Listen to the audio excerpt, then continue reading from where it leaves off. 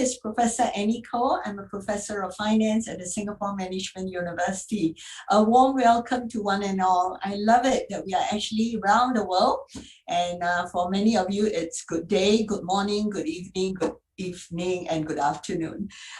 We are very privileged. First of all, let me say a warm welcome. And you know, when Pa Ivan reached out to me a couple of months ago, he said, you know, it will be great if a group of us could collaborate with BFI. And I'll tell you a little bit about BFI in a little while. But Ivan says today's webinar is the first, hopefully, of a number of webinars that we are going to be doing together. So on behalf of FIABCI Indonesia, as well as the Real Estate Association of Indonesia, and GEN Indonesia, which stands for the Global Entrepreneurship Network Indonesia, Century 21, and last but not least, the Ciputra Group for hosting this webinar. And they reached out to us and said, could we work together with your Business Families Institute at SMU? And you could see the backdrop of my university in the virtual background. BFI is a 7-year-old institute, and I like to believe that we are the first in Singapore. And the word is on the word family. So we are describing ourselves as Business Families Institute, where the family stays in business, and the business could change, the business could transform. And we are seeing many of the businesses grow into new businesses. And I think in a while, Pak Nara will also tell us that one of his passion is in venture capital. And of course, Sutedja, you know, he's also got a few passions on the side. So a family stays in business in harmony, but they build different streams of businesses as they go along. So we set this up about 7 years ago because 70 to 80% of Asia are still very much family owned. And I think families come together, they could do impactful things. So in the last year, COVID-19 2020 in that year have actually woken us to the fact that many business families get a lot of collaboration done in spite of not being able to travel. And our next generation of entrepreneurs, next generation of family owners are actually leading the way. So in BFI, we think about 4G. We think about generations, because if you start thinking about building for the long term, you will do things slightly differently. Even if you're a listed entity and you have long-term values, it shapes the direction of your business and strategy. We also like to think that beyond generations, every family can only last beyond their 3rd, 4th, 5th generation if they think growth. And growth need not be the traditional business. So Pa Ivan and I discussed, and we felt that innovation is a very critical component. Every generation, a value creator. Every generation, a builder of new business. So the next gen that you're going to see on my panel in a little while, they are also the future first gen, because they are also building and rebuilding the business in a creative and innovative way. The 3rd G is think giving. I think for many of us, the COVID-19 pandemic has actually woken us to the fact that it is not about just the bottom line. It is about the triple bottom line.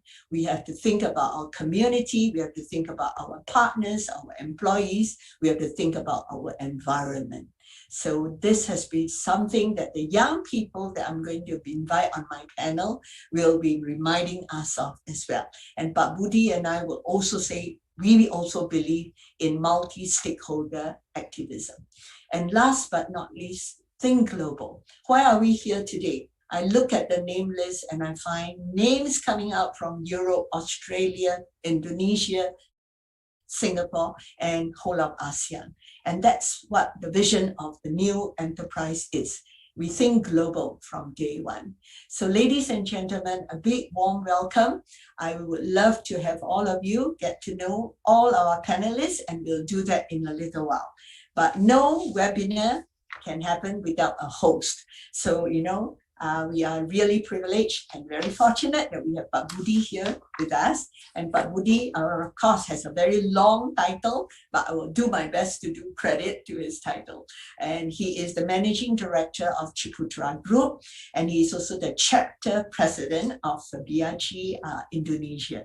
So wearing that hat, he is going to give us the welcome remarks right now. Pak Budi, all yours. I think we need to unmute Pak Budi. Ivan? Okay. Good afternoon, Professor Eniko of Business Family Institute of Singapore Management University.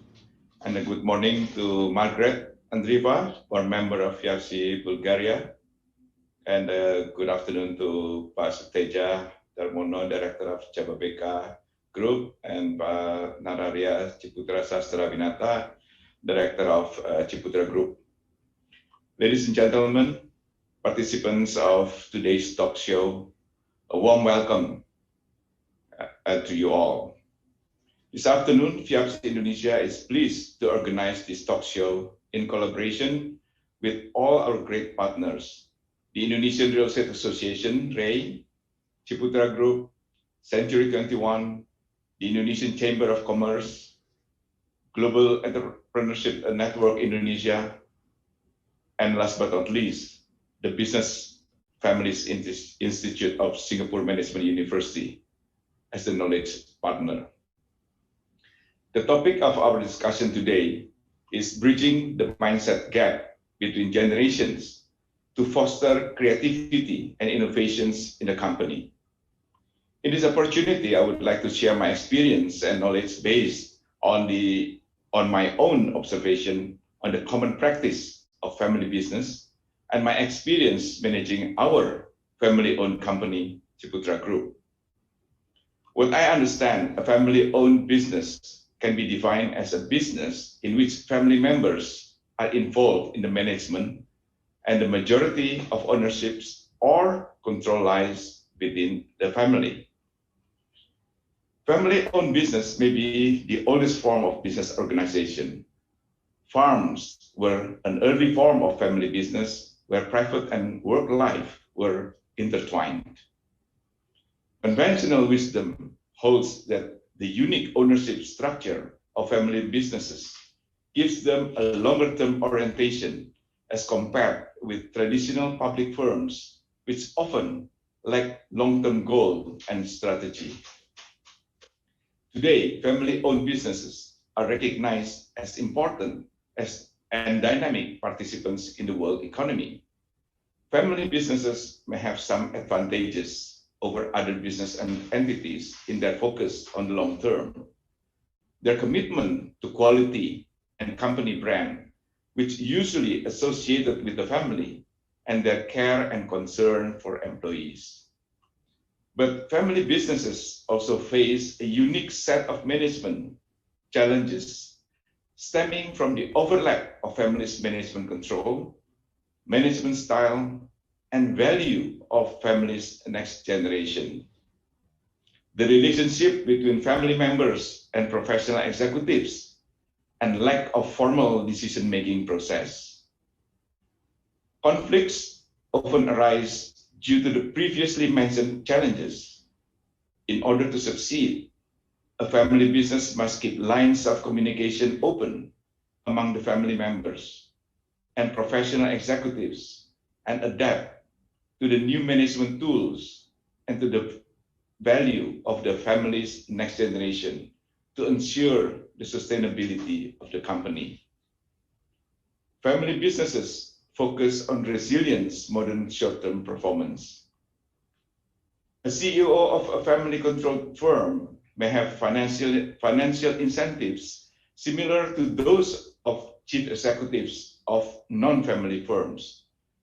But the familial obligation he or she feels will lead to a very different strategic choices. Executives of family businesses often invest in a 10 or 20-year horizon, concentrating on what they can do now to benefit the next generation. Some family-owned businesses it is no longer assumed that children will wish to take over the business. If the founder of a firm wishes to keep in the family's hand, they must take proactive measures to attract future generations to the business. Expose family members to all aspects of business, including employees, customers, products, and services. Define the business's attractive qualities in terms that they will appeal to the family next generation.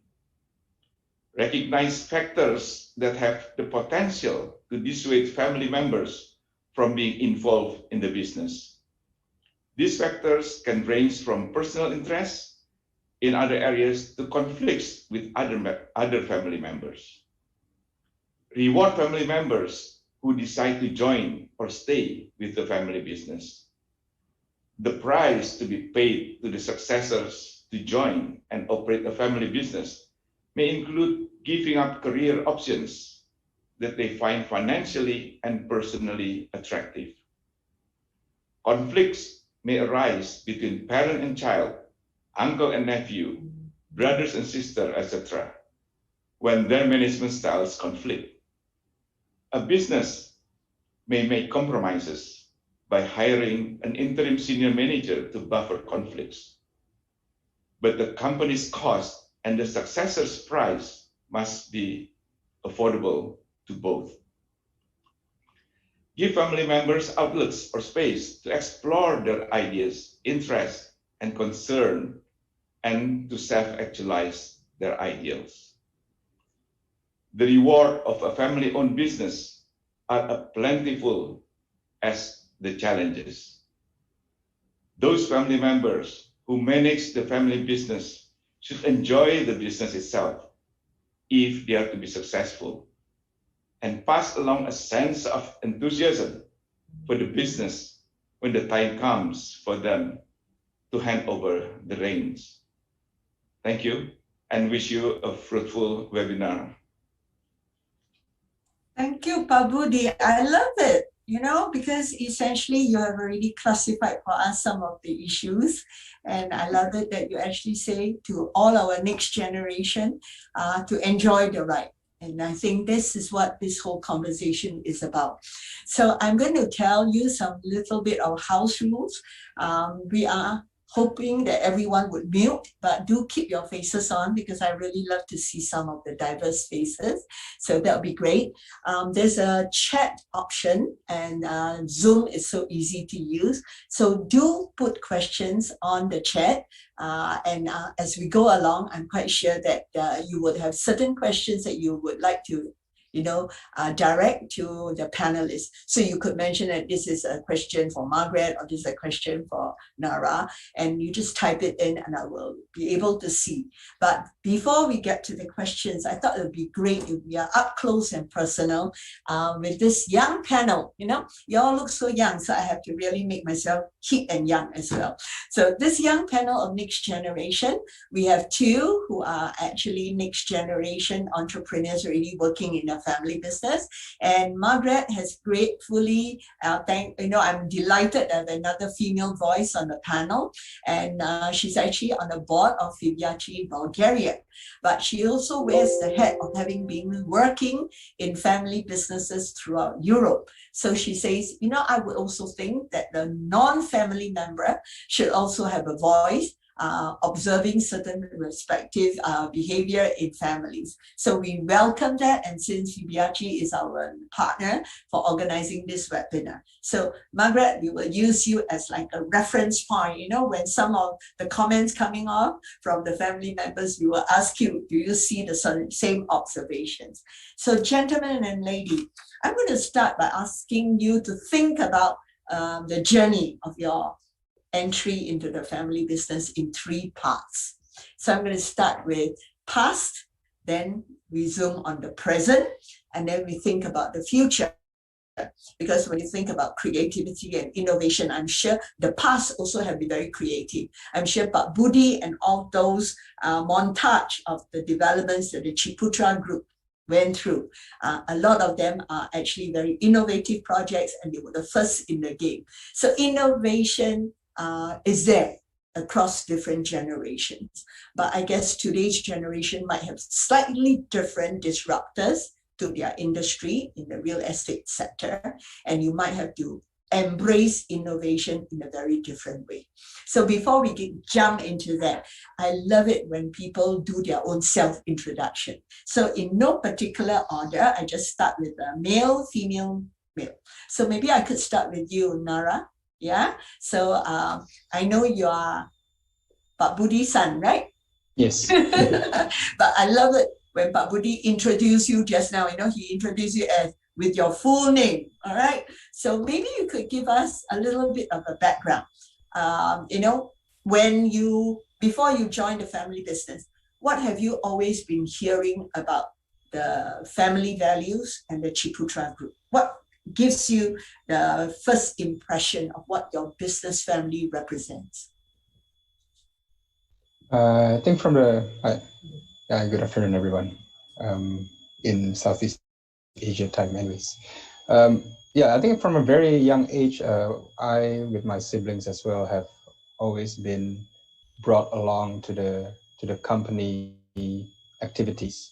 I think at that time, my grandfather, Mr. Ciputra, and my parents, they were the initial founders of Ciputra Group in the early 80s. So I think in the beginning, it was a very busy period and very active period. So when we were young, every time there is a project launch, we focus on township developments. So we sell real estate houses and buildings as well. So every time there's a launch, usually we will be tagged along since the selling period usually falls on weekends. So the very first impression that I had of what the family does is more on the construction side and this very happening launch where a lot of people come and have a very loud events, and that sort of started the interest for me in what the family does. And I noticed that you actually studied at United World College in Singapore for 2 years, right? Yes. You did the IB, and then you went on to London Imperial College. Yeah. Imperial College. So you actually studied engineering, right? Yes. Did you work for anybody outside of the family business before you joined the family business? So when I graduated in 2008, I joined an engineering consultancy first in UK. I think for even during high school, I knew that I wanted to work in a family business. So when and that always wait. So during high school, all right. So that's very young. Yeah. So how do you know that you want to work in the family business? Is it Pak Budi every day tell you are going to be working? No, actually for us, we were not really. We were given the options on what we wanted to pursue in terms of the specialization during university and also in terms of the career that we choose afterwards. I think, of course, even from my grandfather and my parents, they would prefer that the children join the family business, but the options was there for us to take. But in terms of the type of business, I think for me choosing engineering as well, I was quite interested in having real physical products, designing and delivering it to the masses, to the consumers. I think that's part of the interest that I was drawn into when I sort of decided that I think real estate and developer company is something that I really want to go into. But when I graduated, I wanted to have a different experience. I wanted to bring something to the company. So I decided to stay outside first before joining in back to the company in Indonesia, because I'm pretty sure once I join in the company that I'll be there. I won't be able to take a sabbatical 2-year leave to get experience outside. So I decided to do that beforehand. Very good. So you actually knew what you wanted to do, and then you did try a few things, and then when the time is up, the family is ready for you. Yeah. Yes. Very good. So amazing past, and we'll come to your present in a little while. So I'm going to switch here to Margret. So Margret, I've noticed that you have actually worked after you graduated. in quite a number of family businesses. Maybe you could do that self-intro for us. You have to be unmuted, Margret. Can you unmute yourself? Yeah. Yes, can you hear me now? Yes. Yes.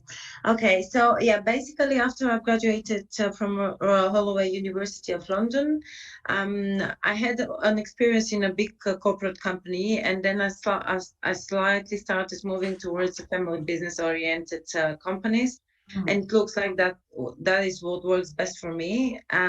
So in London, I have worked for a really big construction family business, which started from scratch and then developed.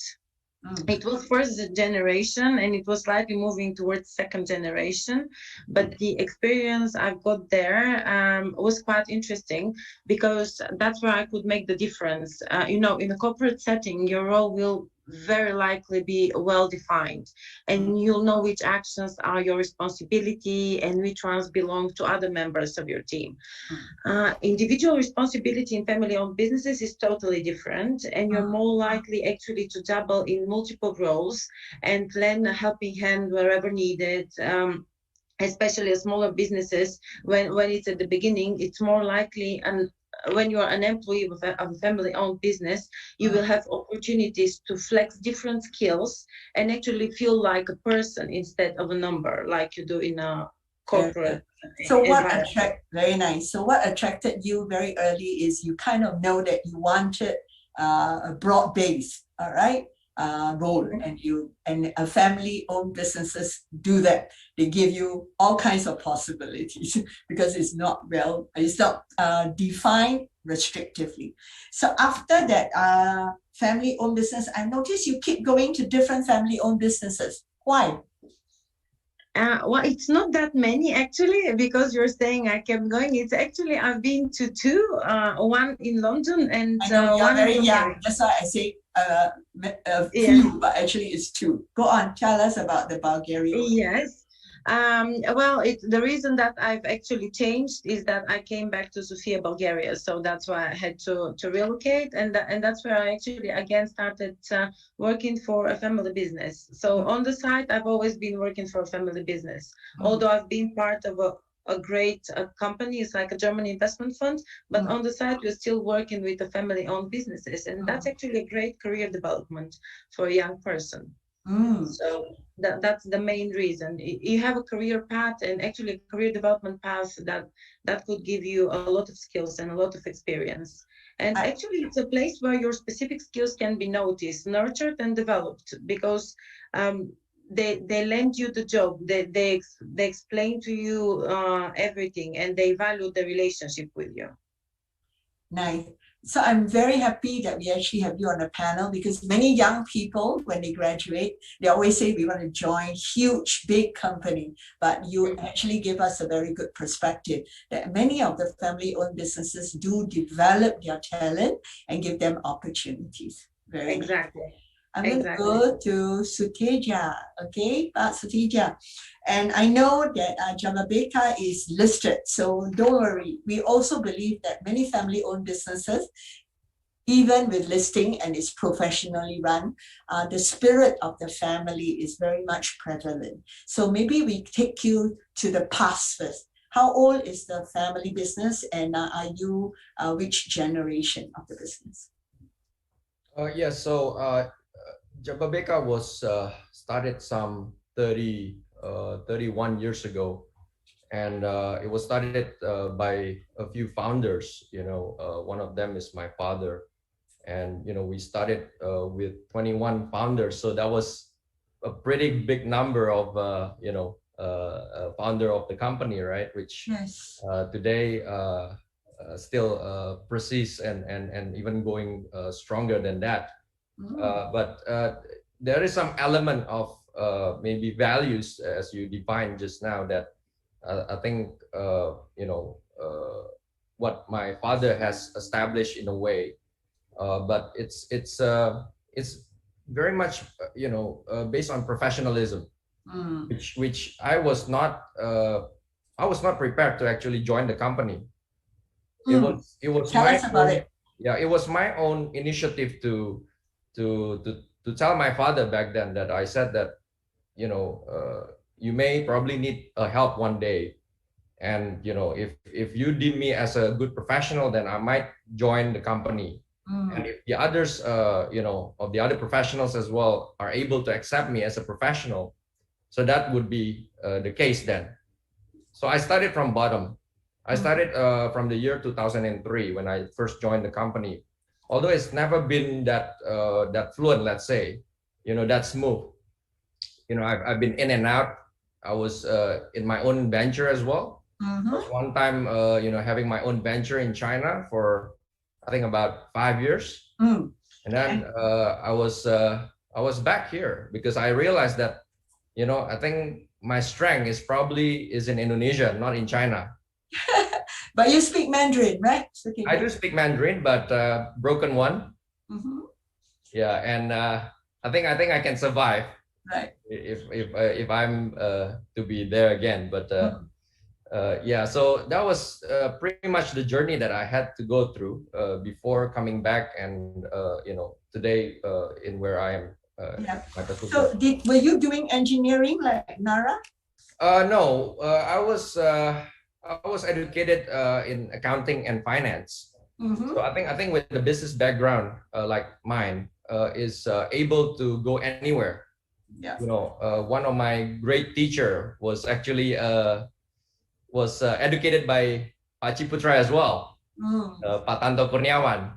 So he told me he was a Bachelor of Economics back then, but yet he can become somebody of even a president director of Jaya at that time, right? So, you know, being picked, you know, compared to, you know, those that are coming from an architectural background or even civil background. So, you know, you never know. You know, I think business gives you a very good background because it lets you go anywhere. Thank you very much. I love it. I didn't ask you to say all that, but since Singapore Management University is largely business related, so the fungibility and the portability. So very good. So you are second generation, Nara is third generation, and Margret has worked from many different generations as well. So now I'm going to go to the present. Yeah. Actually, I love it that Pak Budi is smiling down there. All right. And I know Nara is smiling back at him. Okay. So I'm going to come to the present. Yeah. And the present essentially is more about, you know, with COVID-19 in the year 2020, there must be a lot of disruptions to the sector. Yeah, and I think Singapore, you know, we have our shutdown period, and our workers, you know, are also not able to start work. And construction, you really need workers. So maybe I will go the other way around. Yeah, I start with you, Sutedja. So when you joined in the year 2003, and you say you start at the bottom, okay, and then you went out and you were in China. I assume that is your financial director role in Bakerzin Food Services. Yeah, and we do know Bakerzin very well. Daniel Tay is a good friend. Yeah, so when he morphed from you know, B2C, and then he became B2B, and he was helping to set up, all right, Bakerzin Food Services. I think all those things make you learn about being an entrepreneur. So we are part of Gen, and you want to learn to be an entrepreneur and not just come over to the family business and just take over. And you say you work from the bottom. So in your present role in, all right, your company in JABABEKA, what are you looking after right now? And, you know, what were some of the challenges in the past year? So I am interested with running this township scale project, which is Cikarang. It's the location where our township is JABABEKA. And, you know, our township consists of developments such as industrial estate and residential and commercial.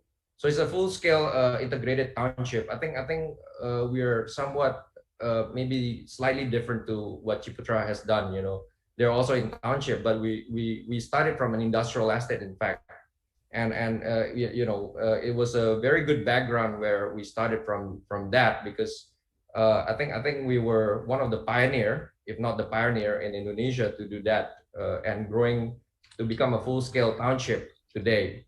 So I never forget about our real identity being that is an industrial estate at first, but I think it has its own attractiveness compared to other township as well. Running this kind of township may have its dynamic challenges as well. So I think that's the current situation that I'm facing a lot in terms of challenges. Yeah, building this township to become even more complete and more integrated, let's say. And I think some past challenges that I encountered is basically how to become the me today, the I am today, and that was never really prepared, and it's like what Steve Jobs said, you tie your knots, your button, on your collar or your shirt, and it just goes along the way how my background, coming into becoming useful today, when I started from being just, an auditor in a company, and then, becoming entering into finance, and then operation, marketing, and, basically overall of the business. So that's how I'm able to understand the whole, lot of the business before I can do what I'm doing now.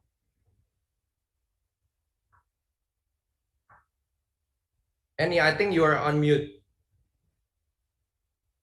See, this is a line that I always use for all my panelists, and now I have to apply to myself. Unmute. Correct. So, I was just reading some of the documents in front of me, and it says that JABABEKA Group actually hope to build 100 cities, all in Indonesia. Yeah, so I think my father believes very firmly that Indonesia needs to have new pockets of economy. Just like in China or just like in India, we're a big country. And, even in China or in India, they can develop 1,000 cities. So why not 100 cities? 100 cities, I think, is, still quite a big vision, but it should be doable because China and India can do it. Why not Indonesia? So with setting up new pockets of economy could be based on, let's say, the local industrial specialty of that area, and that would create a new economy like what we started back then in Cikarang here, and then it grows from just 7,000 people of resident becoming today 1.2 million people, and that is just how powerful an industrial estate can attract economy in one area. Very good. And I will ask a question soon, but I want to hear from Nara and then later Margret. Yeah. So Nara, what about your current role in the company right now in the Ciputra group? And was it very clearly defined for you when you joined the family business? I think it was more clearly defined when initially I started the company. I think initially I started in the business development department, in the business development team, just to learn how we start to develop a project from the zero. And then I had to go around the different departments as well, just to learn the operations. I went to the land department, the marketing department, the finance, the construction, and the procurement. And after I went through the rounds to learn from the bottom up, and my next step was somehow similar to Sutedja. I was sent to China. I'm curious, is this a coincidence that you were both sent to China? Well, for my case, I think it was very coincidental. We at that point in time we had a project starting up in China, a 300-hectare project, township development, and projects of that scale does not come every year for even for us, even though we have a few. So we thought that, and my father agreed as well, that it would be a good opportunity for me to try to apply what I have learned when I was started joining the company in terms of project management and really start something from zero as well. So I did that for about 4 years before I went back to Indonesia, to the headquarters. And now in my Yep, sorry. No. I wanted to ask you, so what is your title now? Because I'm a director now. So from business development officer to Yeah. director, right? Yeah. Very good. Yeah. And so what is your current role now? Because you said it was a better defined role when you first started. Yeah, so as a business development officer, I think it's very clear. You get a site and then you analyze it and you do the market study and you do a business Excel spreadsheet and then you present it to the board. So it's pretty recurring process that you just do over and over again. At the moment, once I go higher up, I think it's more of a generalist and helicopter point of view. But of course, since as a township developer, there's still a lot of links and execution that needs to be done in terms of realizing those strategies and those views. And as a director, I think one of my job is, one of them of course, is to realize the vision from my father, that one of them. And then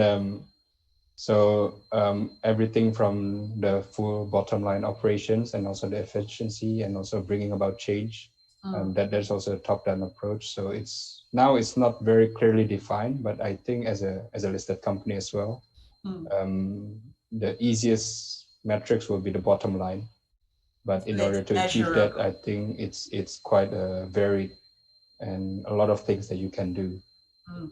Very good. I have a question that has just come out. I'm going to ask the two of you in a little while, but I'm going to quickly go to Margret.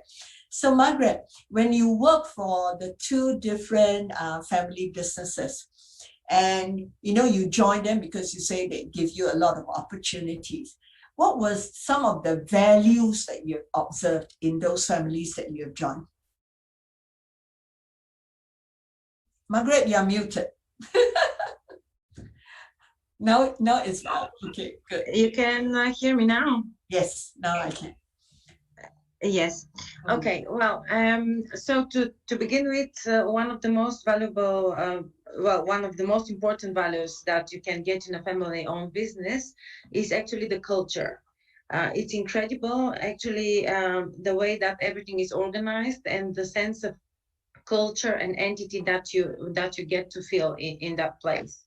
And apart from that, you're also valued for your own skills there. So they give you the opportunity to be noticed, nurtured, and developed, and actually develop through the fields that you would like to.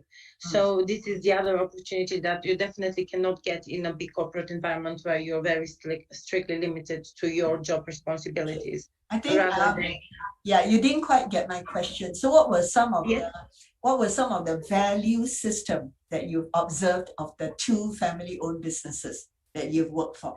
Their value system. Yes. Okay. So how does it resonate with you? Yeah. What attracted you to join them in terms of their value system?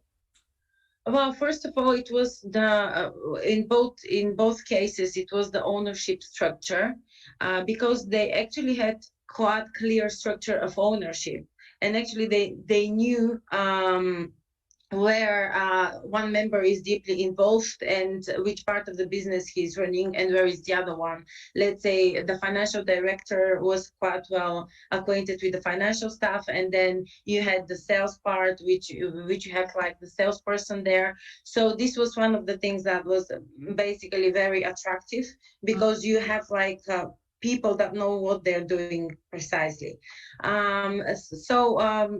Quite clear structure, I would say. They have a quite good definition of the family. So every blood relative is classified as a family, right? And they still actually follow the laws and the rules within the company. So this gives you a quite good example of the value system that they have. Okay. More or less, I think that's it. So very good. So now I'm going to pivot to our two gentlemen. Yeah. So, and again, in no particular order, we have a good question here, and the question was actually on. Wait, I want to get to Augustine's question first. Oops, where did the Q&A go to? August, okay. So not the passing on the baton. I can't seem to find Augustine. Augustine, you want to turn on your, okay, got it. So before I ask Augustine's question, Sutedja, if I were to ask you, what are the values of your family? What would it be? What would come out? Name 3 top values. Main 3 top value, I think. What do you always hear your father tell you that you must remember as you do your business? Well, I think number 1 should be integrity, where that lies as a form of a trust. You know, it's I think very heavy responsibility when you are having that value in terms of a character, right? You know, you have to deliver it somehow, and then so I think that's number 1. Okay. Number 2 can be care. That is basically caring. You know, you really care for what you're doing, what you contribute, and what you give. So that has been in our 2 values, at least, if not yet the 3rd. And the 3rd would be reliability. So that is required in our values as well, to be reliable. As I mentioned to you that, you know, when I decided to join this company also, it's not merely my own you know, judgment, but it comes to other people's judgment as well, and where they see me whether am I deemed you know, worthy or not. And that becomes the let's say the deciding factor why I'm here today. Very good. Then I will get to Agostino's question. So how did your father pass this core family value to you? How is it through a tagline, or is it through, you know, in what mode did you feel that integrity, care, and reliability are very important and has been consistently passed over to you?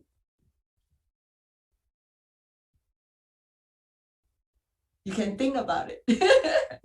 In what form? Is it in a conversation only, or is it by action, or is it written into the values of the company? Sorry, your question is to me or to Margret? To you. Oh, to me. I'm sorry. I didn't catch that. Can you repeat the question again? Sorry. Yeah. How did the founder, which is your father, since it's part of the 21 founders, pass the core family value to you, the next generation? Well, the fact is that you know, we try to always deliver what we promise. Is where I think, like I said to you, that the integrity is there. You know, when I remember when my father promised to his investor in this company that, you know, we will deliver the first class infrastructure in our township development. That is what we have delivered. You know, we are probably today still the most integrated you know, industrial estate or township, where I think for in the industrial infrastructure facilities is still probably number 1.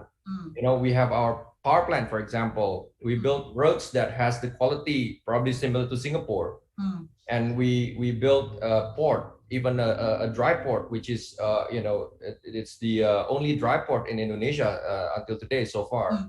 So we try to deliver that and really deliver them well. So that I think integrity falls under that category. Okay. Whereas care is where we try to contribute back to the society and the surrounding and also the stakeholders.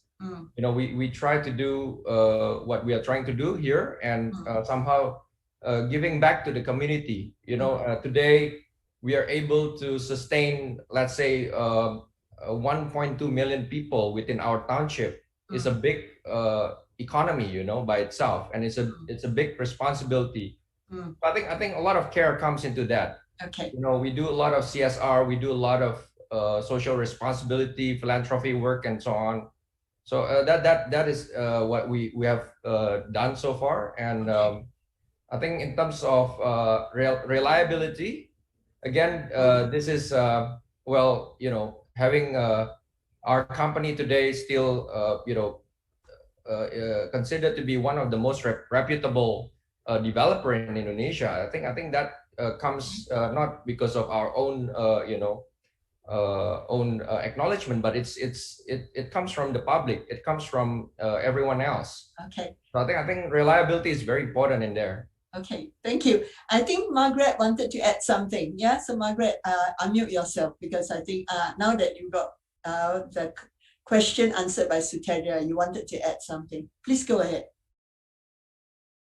And then I'll get to Nara with the next question that was coming on the screen. So yeah, Margret, go ahead. Yes, I was actually just I wanted to support Sutedja because integrity, loyalty, and reliability are actually the key three values, because you asked for three key values that are actually counting for sustainable business. Yeah, very good. Thank you, Margret.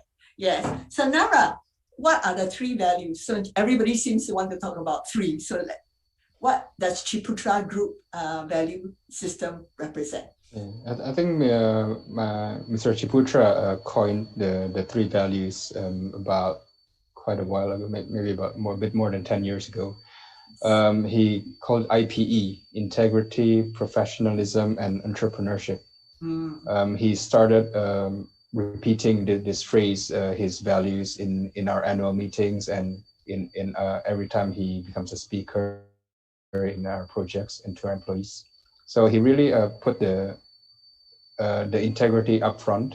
I think it's a conscious decision by him that he puts it as the first value, is the integrity. I think it's similar to what Sutedja and Margret mentioned just now. Okay. Professionalism is the I think in Ciputra Group there's a good blend between professionals and family members, and he wanted to and he knew that one of the key for the company growth is to have the professional talent as well to contribute to the company as well, not only forcing family members into roles that maybe they're not suited to. And he wanted to make sure that the professionals know that as well, and he expects it from the family members to perform their jobs as professionals as well. And the last one, entrepreneurship, is of course linked to what our topic today is always continuously to innovate and stay in front of the competition. Very good. So I'm going to take that last statement you made, Nara, all right, and I open it to all of you. So was there an occasion, so don't worry about Budi smiling down there, all right? Was there an occasion when you put forth an idea, any of you, and it was rejected by the current generation? How do you go about getting the buy-in from them? Anybody? Okay, maybe I'll just start off here. Okay, all right, you start first. Yeah, I think the difference that I noticed when I went back from London was, so I was mostly foreign educated in Singapore and London. And when I came back, and the way that the Indonesians work is not comparable to what I experienced when I was abroad. And so my expectation on how it works. So I think that was one of the biggest challenge that I had to get accustomed to. And I think in Ciputra, the transparency and the discussion between colleagues and superior subordinate, it's good. I mean, we even from our office design, I mean, it's always pushed to an open office layout and open door policy for the superiors. But even so, it's always a challenge to get how do you say it? The accurate inputs from subordinates, so that we can bring about change and just to counter check if our ideas are good or not. So at the beginning, there's times when I sort of throw an idea to the team, and it seems that everyone was on board, and then I'll bring it to the director. And it seems the support sort of went away in the middle of the discussion process. But after that, I noticed that I needed to push to get the opinions from them beforehand a bit harder. As you said, I think the term that you used was the buy-in process. I think that's the key on having the idea get pushed forward. I think if it's only one person, it doesn't really work out. So you need the whole team to get on board as well. So that was one of the things that I had to learn on how to do it. Yeah. So it may take a little bit longer, but it's worth it. Yeah, because you kind of have to convince them. Sutedja, what about you? How do you bridge the mindset gap? I think the outcomes are all aligned. Yeah, everyone wants the best for the company, and you've all got sound values. But how do you bridge the gap between your generation and the founding generation? So I think one real example that I can share is that if you see my title over there, I don't know for what reason they call me President Director of JABABEKA Residence, and I think because I've managed to bring in that brand in a way in the company that we, as I mentioned, we are very actually strong in industrial estate in the early going. But then I always try to campaign and advocate that basically, when you want to build a township, you have to build it as such that, the residential and the commercial component of the township itself must be elevated, and that is the case where, which I did manage to do that together with, of course, our team. And it was a little bit of challenge back then when I tried to convince my father, for example, or some of the management that was still the older management, let's say, they didn't really believe that residential and commercial sales can actually equalize or even beat in the industrial. But in fact, today, coming from the residential and commercial, we have got more revenues than industrial, even for the profitability margin as well. Because you're selling industrial is really good. I mean, it's easy. It's not a lot of fuss. Yeah, maybe Nara can share a little bit where we sell houses. There's a lot of fuss with it's like selling to retail. Retail market, and that was a lot of pain, but the margin is better, and you don't consume as much land when you sell residential and commercial. So it's something that I introduced that brand of called JABABEKA Residence back then, which I got a lot of pushback. Sorry, am I still there? Yes, you are. I can hear you. Yeah. Okay. Yeah. Which I got a lot of resistance from the people within the company. They do not want to have this brand along and tag along with JABABEKA as a brand, because they do not want to get that industrial image gone somewhere, and so that was some of the challenges that I did back then. But you managed to convince it, and then of course the numbers show that you did the right thing. So I'm going to Margret now. So Margret, you said that in one of your family business that you work for, it was in between two generations, yeah? The one that you were working. So as a non-family professional, who do you listen to when the two generations have different ideas on how to bring the business forward? Well, frankly speaking, I think it is clear that there are differences in the value systems between each of the generations, especially with the older generations having their mindset quite set, if I may say this way. However, I think that there is a quite good solution for that. If we celebrate each set of values and then we seek ways to align them through collaboration and conversations, it actually works. And this is how actually we've managed to overcome quite a few differences between the two generations. So exploring, discovering, and celebrating the differences in a positive perspective, and actually valuing each other's different perspectives. It's the key to collaboration and communication between the two generations. That's from my perspective, and that's how it actually comes. I love it. Through a lot of discussions. Through a lot of discussions, don't get me wrong, it doesn't happen in a minute like that, but through a lot of discussions and collaborations and communications, actually eventually we come to an agreement, to a solution. So you give us 3 very good C's, you say through a lot of conversation.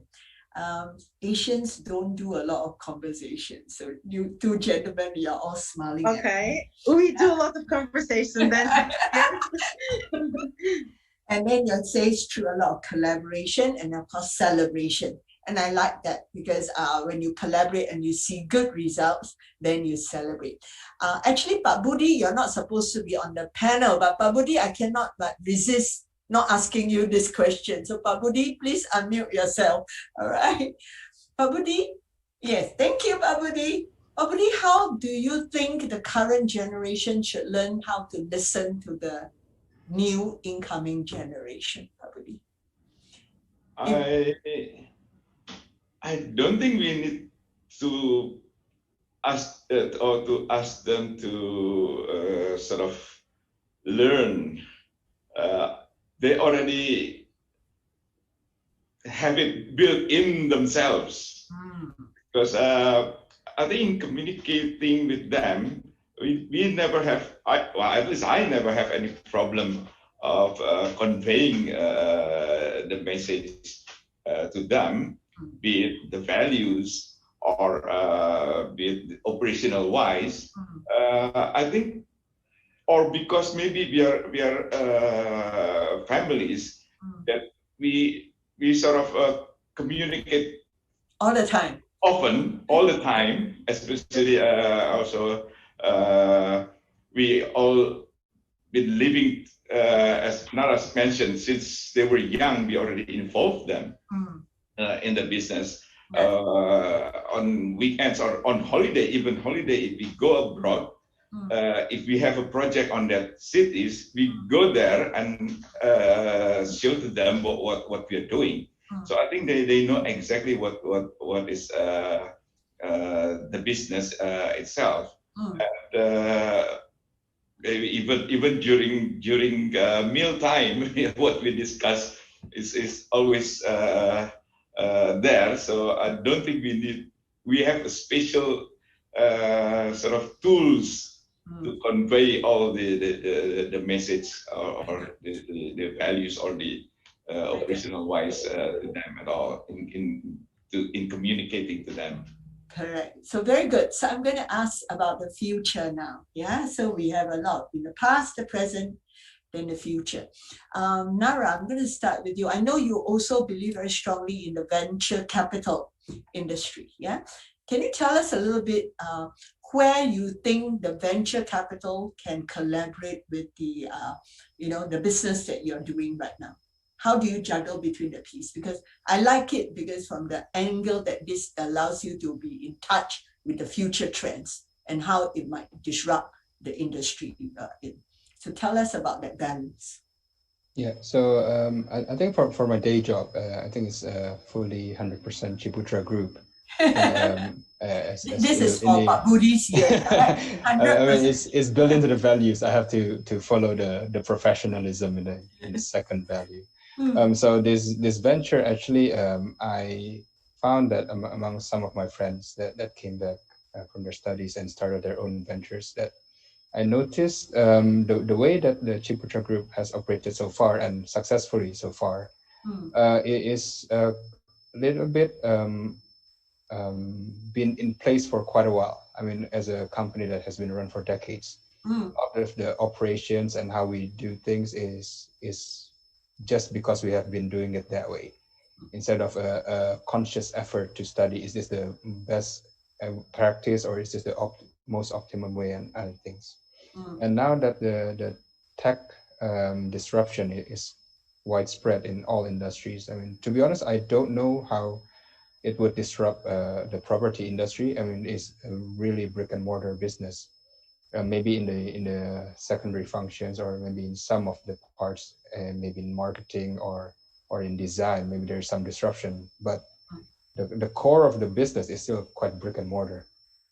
But what I wanted to learn from my friends and other startups, I guess, it's how do they do their decision-making process? How do they do their innovations? Because I think we can all agree that they change much faster than a traditional company.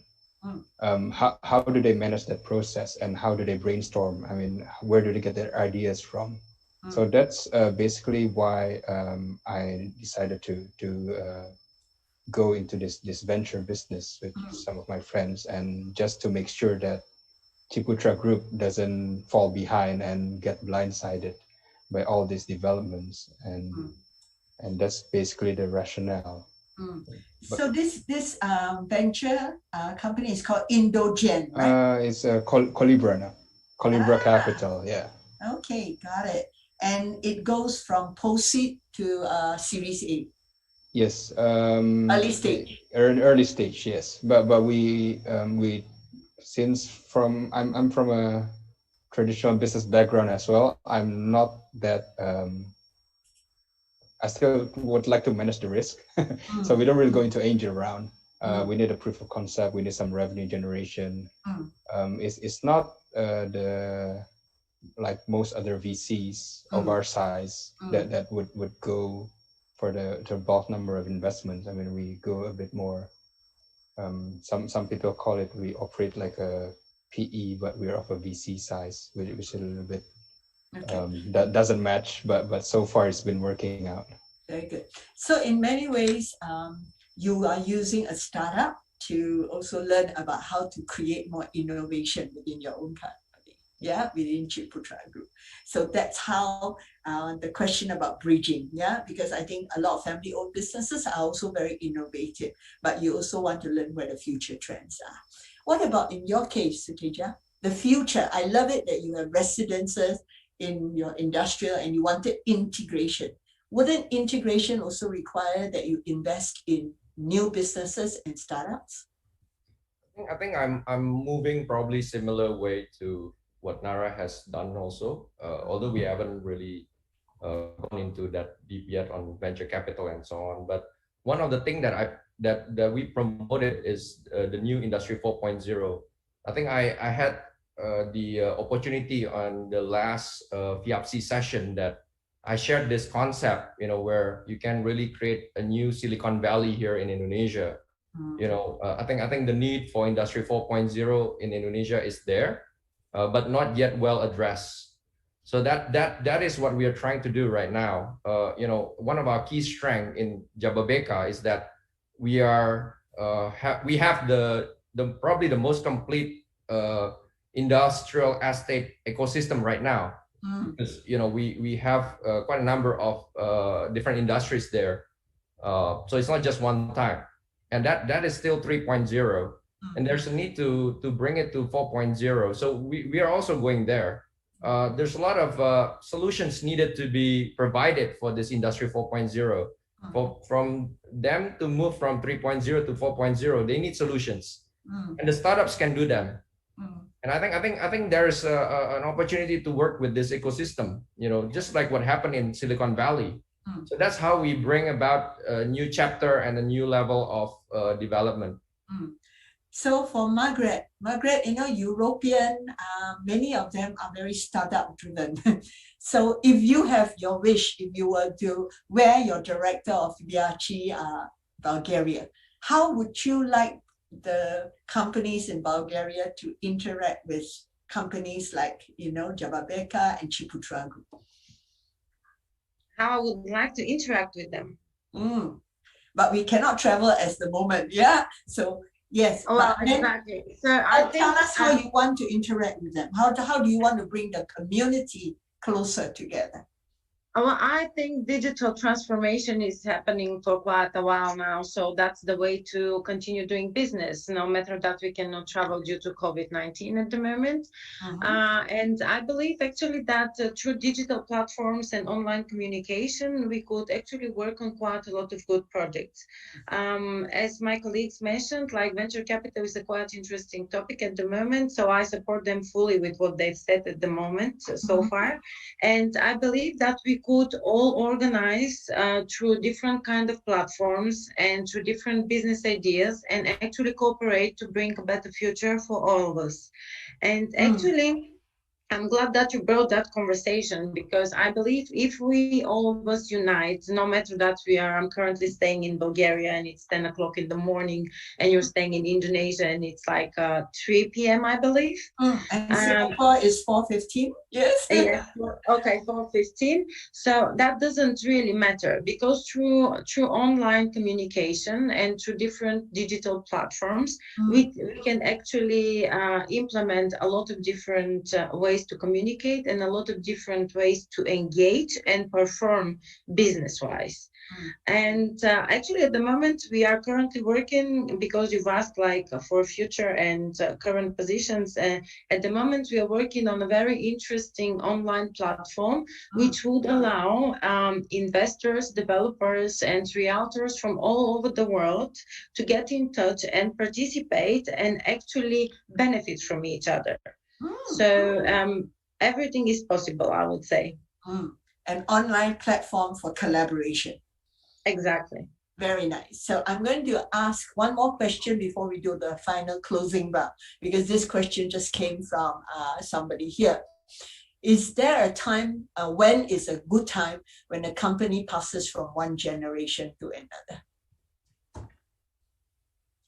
But Sutedja, is your father still involved in the business? So he is still very much still engaged with the business, although he's no longer in the day-to-day, but he's still our chairman of the company and the group. So he's still monitoring us very well. So don't worry, we are still working. Correctly. He's still monitoring me. Yes. So I'm not talking specifically to you. Maybe the whole panel. What does a good succession look like? Anybody? I know you're all very young, but if you were to say to your investors, we have done our succession beautifully. We have been very good at planning for succession. What would be a good succession plan look like?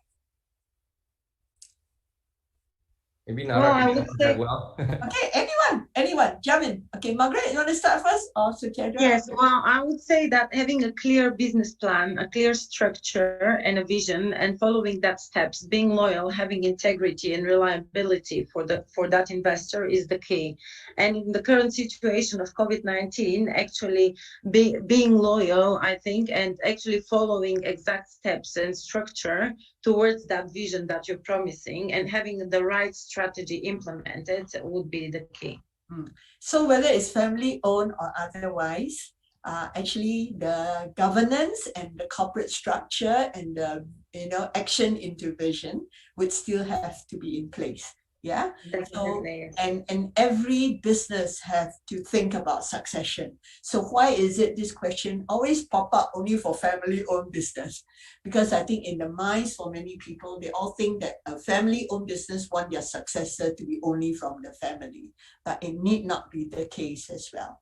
Yes, the family remains the stewards and owners, but the CEO can be a non-family member. Possible, right? And I think many of our family-owned businesses in the new era, like in Southeast Asia, they've all come to that ownership can be family because it's a stewardship role, but the company can be professionally run, including having an executive or non-executive, chairman. And if it's unlisted, of course, it need not be family chairman. It could be a executive chairman. So it could be an independent chairman.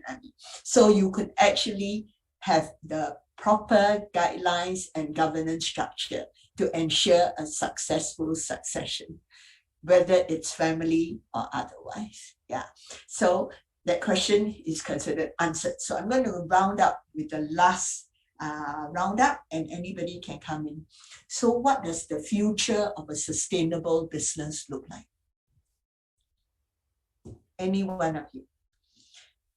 What does the future of a sustainable real estate business look like, since this is a FIABCI and a real estate webinar? Margret, you want to start? Or Nara? Okay, go ahead. Just, yeah, a short description. You don't have to come up with just a one line. Okay, I'll go ahead. Yeah, I think it's for a family business, the sustainability lies on the maintaining the values.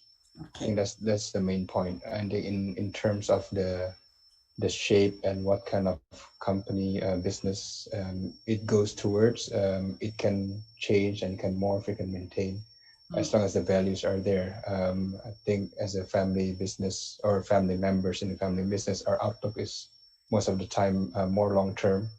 So we look forward thinking. We don't really go for quick gains. We go for sustainability more, and that's I think as long as that's in place and that is repeated and maintained through not only the family members but also the professionals as well in the business. I think that's how we should go about it. Very good, thank you. So the value system is very important for sustainable family-owned business. So you're taking more from that perspective. Margret, you want to go next? Yes, so I would join Nara as well with the value system, and I would say that I believe that all businesses, not just family businesses, but also all kinds of businesses, should definitely stick to the global digitalization of the world. I think that's going to be the key to sustain and maintain a successful business. Thank you very much. So the digital is going digital to transformation. Yes, it has to be the next 10, 15 years conversation. Yeah, because everything in the world today is gone that direction. Fine, Sutedja. I think I share the same with both speakers, that value is what we try to maintain, somehow. That's the fundamental. Although the world may change, but the values still stay the same. Especially when you ask me about that 3 values, what we need to deliver from generation to generation. You have to make sure that value stay with the next generation. Thank you. But Budi, you want to say something? All right, what makes a good sustainable family-owned business? Yeah, I think it's very true how we pass on the value to the next generation, because the changes in the environment, in technology, as mentioned earlier, or under digitalization and everything, it's always there. Changing is something that you cannot avoid, but the value should still there. So I think you should be able to adapt to any situation, but with the same value system, then it will sustain. Very good. So, the glue in any business is alignment in the value system. And I think it's amazing, because no matter whether you are younger or older, I'm not saying you're older, but so whether you are young or younger or young at heart generation, it was the glue that actually bridged the gap. So, you may have differences in creativity and innovation ideas. It may take a longer time sometimes to get the buy-in, but when you're aligned to the same value system, I think a lot of challenges can be overcome. Yeah, so across from Bulgaria to Indonesia to Singapore, we wish you all a good day, and we thank you for having joined us. So, Pak Ivan, do I pass back to you, or I just say selamat jalan to everybody? Pak Ivan? Thank you, Prof. Andy. Before we go, maybe we can take a picture together, just yes, of course. So you have to do the picture taking. Yes, and I would like to ask kindly all participants to Turn on their camera. so that we can all take pictures together. Yes, please turn on your camera, everybody. You don't get this opportunity. We are doing this like global photo, the global family photo. Yes, and I would like to ask our IT support to get ready help with us. picture taking. Is everybody's camera turned on? Let me check. Well, not yet. Not yet. I think some people who didn't want their camera turned on, they may want to leave quietly since they don't want their photo taken, so that we could have not just blank spots or black holes. Yeah. And those who would love to be in the photo, of course, will love to have your camera turned on. How does it look? I cannot see everybody, so I can't tell. But how does it look? Great. Great. Yeah. Give us a cue, Ivan. Ivan, you're muted. Yes, yes. We have taken the first page, now the second page. Okay. Get ready. 1, 2, and 3. Good. Thank you very much. Thank you all. Thank you, everyone. Thank you, Ivan, and thank you to all my wonderful panelists. Have a great day. Thank you, everyone. Thank you, Annie. Thank you, everyone. Have a great day. Thank you, Bye. Margret. See you in Singapore soon. Okay? Yeah. Yeah, I love thank the you. words behind Nara. Cherish the what? What was? Yes, serious. Cherish the what? Nara. Dream something. Cherish, dream, and live. Right? Yeah, that's in one of our office projects. Very nice. So cherish, dream, and live, everybody. Take care. Thank you. Bye-bye. Take care. Bye. Bye. Bye. Thank you.